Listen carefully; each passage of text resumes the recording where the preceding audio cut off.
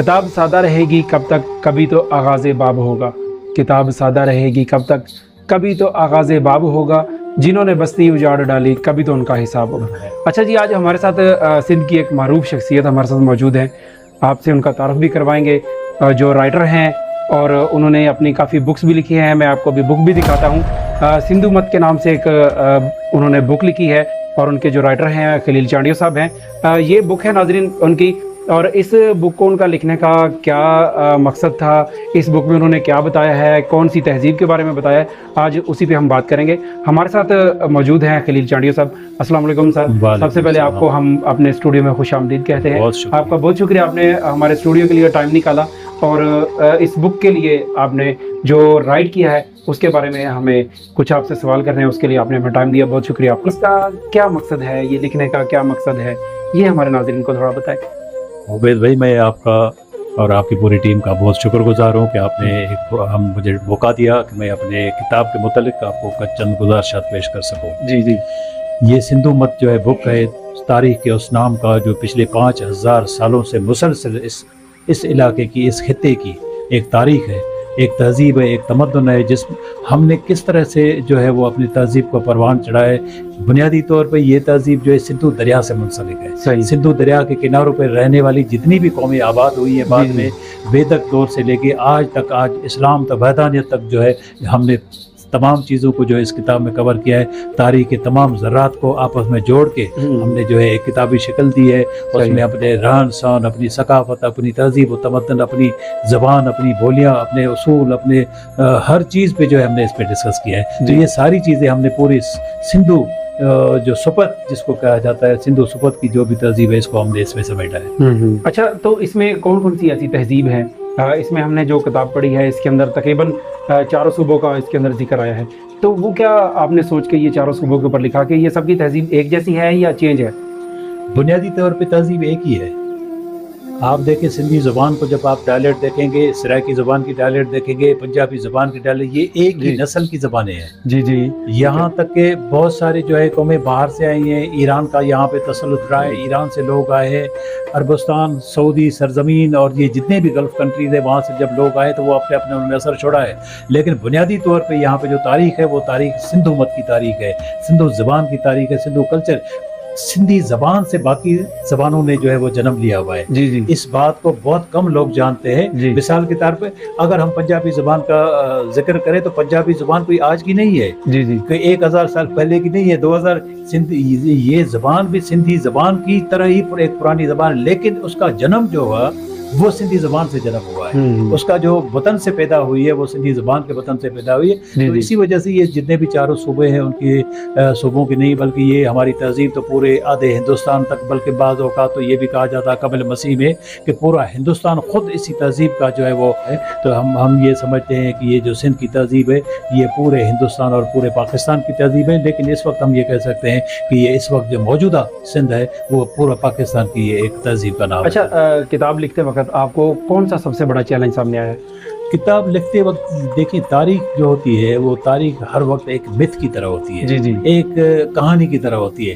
تاریخ کا کوئی بھی آپ کو ثبوت نہیں ملتا، ایویڈنسز نہیں ملتے، تو لہٰذا اس ایویڈنسز کو حاصل کرنے کے لیے، اس کو آتھینٹیکیٹ کرنے کے لیے ہم نے تاریخ کے دنیا کے کئی کتب خانوں کو چھاننا پڑا، دنیا کے کئی کتابوں لائبریریوں میں جھانکنا پڑا۔ تو جب ہم لائبریری کو جھانک رہے تھے، وہاں پہ اور کتابوں کو چھان بین کر رہے تھے، تو یہ ایک بڑا ایک دشوار کن مرحلہ تھا جس کو ہم نے گزار کے کیونکہ ہم نے تاریخ کا ایک ایسا سچ جس پہ دنیا کے کئی ممالک متفق ہو، تو وہ ہم نے اس کتاب میں لانے کی کوشش کی۔ اچھا، آپ چاہتے ہیں کہ قارئین جو ہمارے ہیں وہ اس کتاب سے کچھ سیکھیں؟ جی، کیا سیکھیں وہ آپ تھوڑا؟ قارئین دیکھیے، جب تک آپ اپنی تاریخ کو نہیں جانیں گے، جب تک آپ اپنے آباء و اجداد کی اس حیت اور حیثیت کو نہیں سمجھتے، تب تک آپ آگے بڑھ نہیں سکتے۔ کیونکہ آپ دیکھیں، میں چھوٹی سی آپ کو مثال دیتا ہوں کہ سندھی زبان میں مرغے کو ککڑ کہا جاتا ہے، پنجابی زبان میں بھی ککڑ کہا جاتا ہے، لیکن جب آپ ان کے بچوں کو ہم نے اپنے بچوں کو یہ پڑھایا ہے کہ سمجھایا ہے کہ یہ ککڑ ہے، لیکن جب آپ اردو ڈائلیکٹ میں جب آپ ان کو پڑھاتے ہیں کہ وہ کہتے ہیں کہ بھائی میم سے بولو مرغا، وہ بولتا ہے میم سے مرغا نہیں ہے، میم سے ککڑ ہے، تو یہ ایک فرق آ جاتا ہے۔ ہم یہ کہتے ہیں کہ مادری زبان کا اور اپنی تاریخ کا یہ فرق ہوتا ہے کہ آپ اپنی تاریخ سے منسلک رہیں، آپ اپنی تاریخ کا ادراک رکھیں گے، تب جا کے آپ اپنے بچوں کو، اپنی نسلوں کو صحیح طریقے سے، صحیح رخ سے جو ہے آگے بڑھا سکیں گے۔ اچھا، اور کیا اس کتاب میں آپ کے ذاتی تجربات بھی شامل ہیں؟ جی بالکل، ذاتی تجربات شامل ہیں کہ اس میں لکھنے میں کئی جو ہے ایسے مراحل آئے کہ کئی لوگوں سے جو ہے وہ اس کے لیے مدد مانگنا پڑی، کیونکہ یہ تاریخ کا ایک بہت بڑا ایک خشک اور دشوار کن موضوع ہوتا ہے، اور اس موضوع کو لکھنے کے لیے، سمجھنے کے لیے کئی لوگوں کی منتیں کرنی پڑی، کئی لوگوں سے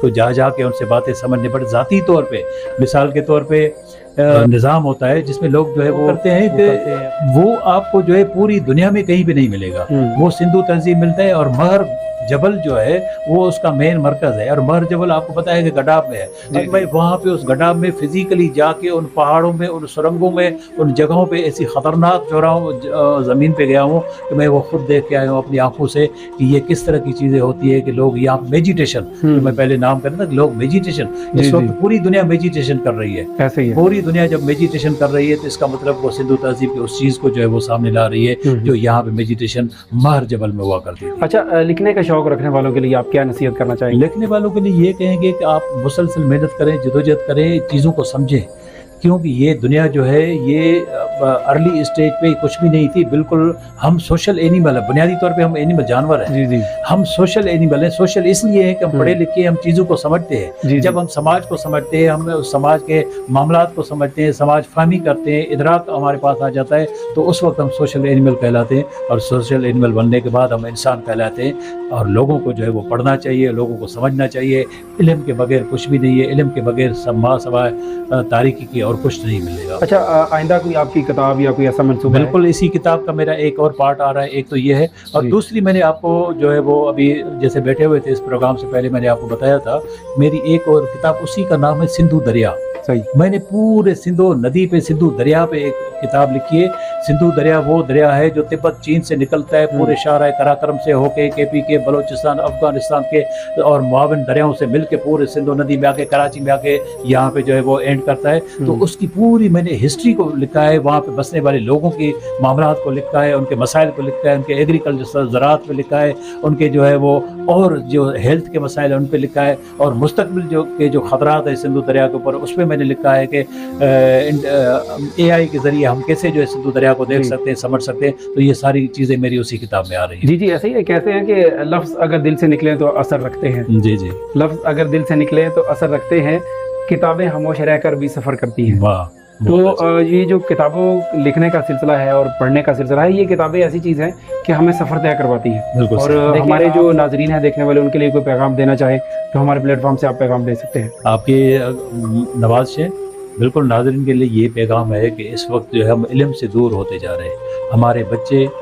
صرف جو ہے ٹک ٹاک میں اور ان چیزوں میں لگے، لیکن میں اپنے لکھنے والوں کے لیے اور پڑھنے والوں کے لیے بھی یہ گزارش کروں گا کہ آج کا جو ادب ہوگا، آج کا جو علم ہوگا وہ آپ کو کتابوں میں نہیں ملے گا، آج کے بعد کا ادب آپ کو جو ہے ٹک ٹاک کی کہانیوں میں ملے گا، آج کے بعد کا ادب آپ کو جو ہے AI میں ملے گا، آج کے بعد کا علم جو ہوگا، جو کتاب ہوگا، وہ آپ کو اس کا فارمیٹ چینج ہوتا جائے گا۔ تو اسی وجہ سے ہم یہ سمجھتے ہیں کہ آپ اپنی اس کتابوں کے جو پرانا طور طریقہ ہے اس کو جو ہے وہ ختم کر کے نئے جو ہے اس کا جو انداز، طرز انداز، اس طرز انداز میں ہے، آپ ٹک ٹاک پہ آئیں، آپ فیس بک پہ لکھنا شروع کر دیں، آپ دنیا کے جتنے بھی سوشل ایپس ہیں وہاں پہ لکھنا شروع کر دیں اور اپنے پیغام کو دنیا تک پہنچائیں۔ جی سر، بہت شکریہ، آپ ہمارے چینل میں تشریف لائے۔ ناظرین، ہمارا channel DPN news digital Pakistan network کا یہ پلیٹ فارم ہے۔ ہمارا پروگرام آپ کو کیسا لگا؟ اپنے کمنٹس کے ذریعے اپنی رائے کا اظہار ضرور کیجیے گا۔ آپ کو ہماری یہ ویڈیو کیسی لگی یہ بھی آپ لازمی لکھیں گا، اور کس علاقے سے، کس سٹی سے آپ ہماری ویڈیو دیکھ رہے ہیں یہ بھی لازمی لکھیے گا۔ اور یہ جو ہم نے آج پروگرام کیا ہے، یہ ہمارے ناظرین کو ایجوکیشن دلانے کے لیے ہم نے یہ آج ایک چھوٹا سا پروگرام رکھا تھا، جس میں ہمارے ساتھ خلیل چانڈیو صاحب نے پارٹیسپیٹ کیا۔ ہم ان کا بہت دل کی گہرائیوں سے شکریہ ادا کرتے ہیں کہ ہمارے پروگرام میں تشریف لائے، ہمارے چینل کو رونق بخشی۔ ہماری ایسی مزید ویڈیو کو لائک کرنے کے لیے، دیکھنے کے لیے ہمارے چینل کو فالو کریں، شیئر کریں اور اس کے نیچے کمنٹ ضرور کیجیے گا۔ بہت شکریہ۔